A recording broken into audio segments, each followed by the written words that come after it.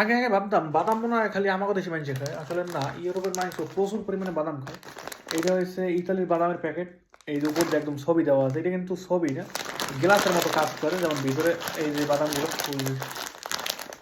ভিতরে কিন্তু কোনো এই ছবিটা কিন্তু ফেক, কিন্তু এইটা কিন্তু অরিজিনাল। অনেকে দেখে ভাবতে পারেন ওটা মানে প্রিন্ট করে, আসলে প্রিন্ট করে না, গ্লাসের মতো উপরটা সব দেখা যায়। সো ইতালিয়ানরা প্রচুর পরিমাণে বাদাম খায়। এই বাদামের ওজন হচ্ছে 0.5 কেজি, নিশ্চয়ই একটু দেখা যদি এই জায়গাতে 500 গ্রাম আছে এই জায়গায়।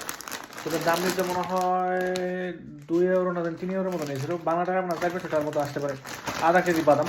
তো এই বাদাম একদম রেডি, জাস্ট প্যাকেট তো খুলবেন, খুললেই আসলে খাওয়া শুরু করবেন। এই যে বাদামগুলো, আর এই বাদামের সাইজ কিন্তু আমাদের দেশে বাদামের থেকে অনেক বড় এইগুলোর। এই যে উপরে নামও দেওয়া আছে আরাকিলি বাদামগুলো, আর এখানে লেখা আছে ভাজা, অনেকগুলো আছে কাঁচা, কাঁচাটাও পাওয়া যায়, আর এটা হচ্ছে ভাজা, এই যে লেখা তোস্তা।